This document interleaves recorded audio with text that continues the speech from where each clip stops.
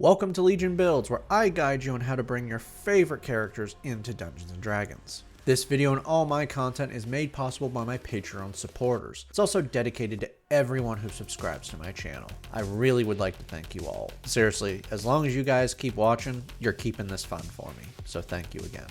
Today we're bringing in the egomaniacal witch Medusa Gorgon, the main villain of Soul Eater. Medusa is an extremely powerful witch whose sole objective is to destroy Lord Death and his DMWA. Because of this, Medusa knows no limits in what she is willing to do, including torture and experiment on her own child, Krona. Medusa is believed to be one of the most powerful witches to ever live and has a wide array of skills and powers. These include hand-to-hand combat, infiltration, and the special magic spell Vector Arrow. For today's build, we'll be using the Player's Handbook and Monsters of the Multiverse. We're using standard point array to make things simple, and we are not multi-classing. We're going to start things off with Charisma at 15. Your abilities to manipulate and lie are second to none. Intelligence flies in at 14. Your cunning is only matched by your sheer intelligence and creativity. Con will be coming in at 13. To do what you need to do, you need a lot of good focus. Dex follows with 12, which is low for you since you're very nimble and fast, but we'll be fixing that later. Wisdom's going to be low with a 10, and we're dumping strength. Neither are important for this build, so they don't matter, and let's face it, you're not the wisest character since you spent a lot of time torturing your own child. Witches and Soul Eater all have animal connections, and for Medusa it's snakes, so let's have a little fun with your lineage. Yuan-Ti, found in Monsters of the Multiverse, is perfect. Place +2 into Dex and +1 into Charisma. Dark Vision lets you see in dim light and darkness out to 60 feet. Magic Resistance grants you advantage on saving throws against spells. Poison Resilience gives you advantage on saving throws you make to avoid or end the poison condition, and you have resistance to poison damage. Serpentine Spellcasting grants you a few spells to use against Lord Death's little minions. For these spells, Poison Spray targets one creature within 10 feet, forces a con save. Should they fail, they take 1d10 poison damage. Animal Friendship lets you target one beast within 30 feet that can see and hear you, and forces a wisdom save. If they fail, they are now charmed by you for 24 hours. If you or your companions harm the target, the spell ends. Because of your lineage, you can only target snakes with this spell, but you can cast this without a spell slot an unlimited number of times. For your background, we need the skills Deception and Intimidation. Before we start, I should say I chose a class that will give us everything we need for Medusa, but it doesn't actually fit into the narrative, which is what I always tried to do, but this time I couldn't. If we did, I would have to burn through a lot of ability score improvements to get several feats to grab spells and abilities. But this class will give us everything we need. Level 1 Warlocks start off with 2 skills. Take Arcana and Investigation. Otherworldly Patron is the source of your magic. Old One, found in the Player's Handbook, grants you Awakened Mind. This lets you speak telepathically to any creature you can see within 30 feet of you. You don't need to share a language with the creature, but it must understand at least one. Pact Magic makes you a spellcaster. Kind of. You have limited spell slots, but will have them empowered as you level up. At this level, you start with 2 cantrips and 2 spells. For your spells, Eldritch Blast lets you fire your vector arrows out to 120 feet and deal 1d10 force damage when you hit them. Chill Touch fires a vector arrow at a creature within 120 feet and deals 1d8 necrotic damage, and then clings to the target until the start of your next turn. While the vector arrow clings to the target, they cannot regain hit points. If the target is undead, it also has disadvantage on attack rolls against you until the end of your next turn. Arms of Adar fires multiple vector arrows at every creature near you. Each creature within 10 feet of you must make a strength save, taking 2d6 necrotic damage, and can't take reactions until its next turn. Dissonant Whispers uses your Madness Wavelength to attack the minds of others. Targeting one creature within 60 feet, you force a wisdom save and deal 3d6 psychic damage should they fail. A creature that fails it must also use its reaction to move its total speed away from you. Level 2 Warlocks receive Eldritch Invocations. These are special features that grant you new abilities or change your magic. At this level, you get 2 invocations. For these invocations, Armor of Shadows lets you cast Mage Armor without a spell slot or material components. Mage Armor gives you an AC of 13 plus Dex for 8 hours. This is pretty good because I'm pretty sure you just wear pajamas. every day, all day. Agonizing Blast improves your Eldritch Blast damage by adding your Charisma modifier. For your new spell, Charm Person lets you hypnotize one creature within 30 feet. Should they fail, they are now charmed by you for 1 hour and think you are their friend. Though if you are fighting them, it has advantage on the save. The spell will end early if you harm the humanoid, and when the spell ends, it will know what you did. Level 3 Warlocks gain a Pact Boon, which gives you some pretty good stuff. We'll be taking Pact of the Chain, which gives you the spell Find Familiar, and you can cast it as a ritual. Find Familiar grants you a familiar that you can control and you can speak telepathically with while it is within 100 feet. You'll be wanting to be a snake. But because you're a Warlock, you can also have it be an imp, sprite, pseudo-dragon, or quasit. With an action, you can shut down your senses and instead use your familiar senses. You can also cast a spell with a range of touch through your familiar with its reaction. And because you're a Warlock, you can forgo your attack to have your familiar attack for you. Your spells are also upgraded to 2nd level. For your new spell, Shadow Blade lets you turn your vector arrows into a melee weapon with a bonus action. For 1 minute while you maintain this spell, you create a blade that is finesse, light, and can be thrown. The weapon deals 2d8 psychic damage, and you have advantage on attack rolls if you are in dim light or darkness. You're character level 3 now, which means you gain a new spell from your Serpentine spellcasting. Suggestion hypnotizes a target and implants a suggestion in their mind. Targeting one creature within 30 feet, you force a wisdom save, and should they fail, they must obey your command to the best of their abilities. The command can be no more than 2 sentences and must sound reasonable to the target, so no getting them to do horrible things that are against who they are. You can give specifics to the command, like when it activates, but you must maintain this spell for up to 8 hours. If the command is completed before the time limit is up, the spell automatically ends, and if you damage the target of this spell, then it ends early. You can cast this spell once without a spell slot per long rest.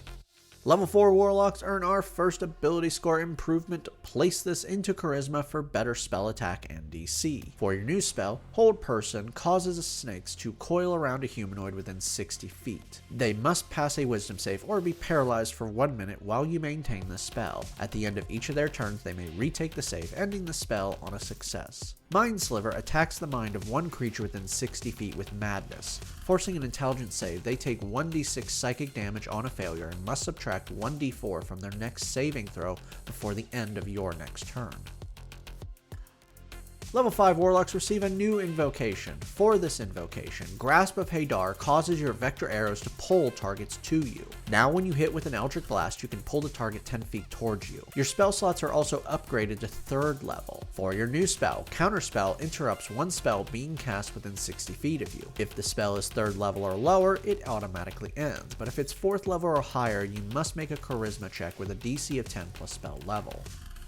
Your character level 5 now, Mind Sliver, Poison Spray, and Chill Touch deal 2 damage dice each, and you can now fire 2 Eldritch Blasts with a single action. Level 6 Old One Warlocks now have Entropic Ward. Now when a creature makes an attack against you, you can use your reaction to pose disadvantage on the attack. If they miss because of this, your next attack roll is at advantage before the end of your next turn. For your new spell, Dispel Magic lets you end magical effects within 120 feet. Targeting a spell effect, magic item, or magical effect from a creature, you can automatically end it if it's 3rd level or lower. If it is 4th level or higher, then you must make a Charisma check with a DC 10 plus the spell level. Level 7 Warlocks gain another invocation. For this invocation, Sculptor of Flesh lets you cast Polymorph once per long rest without a spell slot. This lets you transform one creature within 60 feet into a beast of CR equal to or lower than their total level. For 1 hour while you maintain this spell, they assume the stats of the beast. You can also target yourself with this spell and easily slip past enemies by becoming a snake. If the creature drops to 0 HP, they return to their original form in the state they were in. If the creature is unwilling to change, they must make a wisdom save to retain their form. Your spell slots are now upgraded to 4th level. Remember to check each spell you cast to see if they gain bonuses when upcasted to higher levels. Like Hold Person can now target 3 humanoids, or Shadow Blade that now deals 3d8 psychic damage. For your new spell, Ivard's Black Tentacles fills a 20-foot square with vector arrows that lash at enemies. When a creature starts its turn within the square, they must make a dex save or take 3d6 bludgeoning damage. and they are restrained by the vector arrows. If a creature is restrained, it takes 3d6 bludgeoning damage each turn it starts in the square. They must use their action to make a strength or dex check to free themselves. Level 8 Warlocks earn another ability score improvement. Let's cap off Charisma for better spell DC and attack. For your new spell, Charm Monster is an upgraded version of Charm Person, but now can target anything. If you want, drop Charm Person and replace it with this, since they do the same thing, and it frees up a known spell. But remember, Charm Person can now target 4 humanoids, and it will be able to target 5 in the end. If you want to drop Charm Person for Charm Monster, I would suggest Hex, so you can then curse targets. But remember, that also requires to be maintained. Level 9 Warlocks receive another invocation. For this invocation, Repelling Blast causes your vector arrows to push creatures away from you. Now when you hit with your Eldritch Blast, you can push a creature up to 10 feet away from you. You also have your spell slots upgraded to the highest level they can go, 5th level. For your new spell, Fly creates a broom for you to fly on, granting you a flying speed of 60 feet for 10 minutes while you maintain the spell. Level 10 Old One Warlocks gain Thought Shield. Your thoughts can no longer be read unless you allow it. You have resistance to psychic damage, and when you take psychic damage, your attacker also receives the same amount of damage. For your new spell, Sword Burst fires vector arrows at every creature within 5 feet of you and forces a dex save. Should they fail, they take 2d6 force damage. Level 11 Warlocks now have their first Mystic Arcanum. These are spells of 6th level or higher that you can cast once per long rest without a spell slot. For this Arcanum, Circle of Death creates a 60-foot radius sphere within 120 feet and fills it with vector arrows. Each creature within the sphere must make a con save or take 8d6 necrotic damage. For your new spell, Dominate Person allows you to control the mind of one humanoid within 60 feet. Forcing a wisdom save, you will control them for 1 minute if they fail while you maintain the spell. Once under your control, you can telepathically issue commands or use your action to take total control of them till the end of your next turn. Each time the target takes damage, they can retake the save. Your character level 11 now. Poison Spray, Chill Touch, Sword Burst, and Mind Sliver deal 3 damage dice each, and Eldritch Blast can now fire 3 times with a single action. Level 12 Warlocks earn another ability score improvement. Let's bump up Dex for better AC. You also get a new invocation. For your invocation, Eldritch Mind gives you advantage on con saving throws to maintain spells. Level 13 Warlocks receive another Mystic Arcanum, now at 7th level. For this Arcanum, take what you want. There really isn't anything at this level you need, so feel free to customize. For your new spell, Crowd of Madness lets you drive one humanoid within 120 feet insane for 1 minute while you maintain this spell. Forcing a wisdom save, should they fail, they must make a melee attack against a creature other than itself before moving. If there is no targets close by, it acts normally. Each turn, you must use your action to maintain control, and at the end of each of their turns, they can retake the save. Level 14 Old One Warlocks gain their final subclass feature, Create Thrall. Now when you touch an incapacitated creature, it is charmed by you until an effect removes the charm or you use this feature again. You can communicate telepathically with the creature as long as you are both on the same plane of existence. Level 15 Warlocks have another Mystic Arcanum, now at 8th level. For this Arcanum, Maddening Darkness creates a 60-foot radius sphere of pure madness. Creating the sphere out to 150 feet is composed of magical darkness. When a creature starts its turn within the sphere, it must make a wisdom save or take 8d8 psychic damage. You must maintain this spell for 10 minutes. You also have another invocation. For this invocation, Mask of Many Faces lets you cast Disguise Self without a spell slot or material components. This lets you craft an illusion around yourself that makes you look like someone else, though you just wore a lab coat and called it a day. For your new spell, Hold Monster is an upgraded version of Hold Person, but can now target any creature. Feel free to just change these spells out and grab a different spell completely. Level 16 Warlocks earn another ability score improvement. Place this into intelligence to better outsmart Lord Death's lackeys. Level 17 Warlocks receive their final Mystic Arcanum, and this one is at 9th level. For this Arcanum, Weird spreads madness through all creatures within a 30-foot sphere that you create out to 120 feet. Each creature within the sphere must make a Wisdom save or become frightened. While frightened, they must retake the save at the end of each of their turns or take 4d10 psychic damage. You must maintain the spell for 1 minute. For your new spell, take what you want. From here, your spells are yours to choose. I would definitely suggest picking spells that are all about cursing and making people weaker. Your character level 17 now. Poison Spray, Sword Burst, Chill Touch, and Mind Sliver deal 4 damage dice each. And your Eldritch Blast fires 4 times with a single action.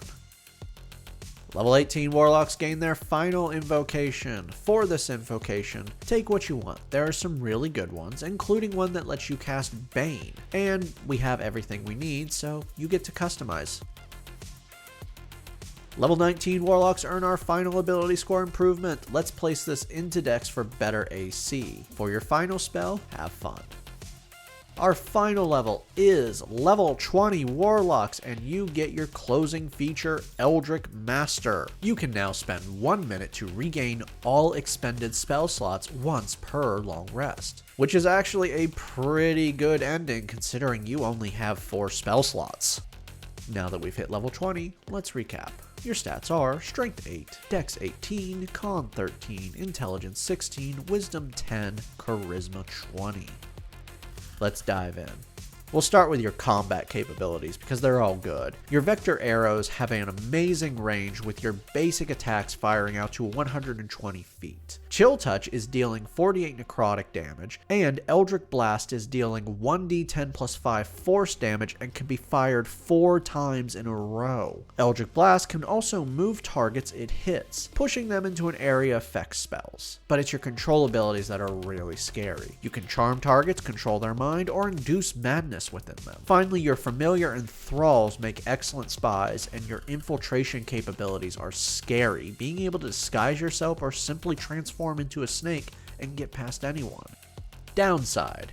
First, your abilities are made to be used at a distance, meaning up close you're vulnerable, because your AC is only 17 and your total HP is only around 120, taking the average. Now you do have one melee ability that is pretty good with Shadow Blade, but if it drops or you've burnt out your spell slots, it's done. This leads to your next 2 problems: resource management and concentration spells. You only have 4 spell slots and a lot of one-off abilities, and almost all of your spells are concentration, which is kind of normal for a spellcaster. You're going to have to play smart here with these, as your concentration spells are all really good and you don't want to be left with nothing. But you don't have to rely on magic now, do you? You are far too cunning and smart for your enemies. Manipulate your way to the goal and make sure your lackeys do all the work, and you just unleash madness and destruction. Thank you for joining me today. Make sure to like and subscribe to not miss a single new build each week on YouTube and Spotify. Make sure to check out my Patreon where you can help decide next week's new character. Now live on Patreon, it's time for a dive back into Darkstalkers. It's the Succubus Morrigan versus the Shinigami Jedi Doma.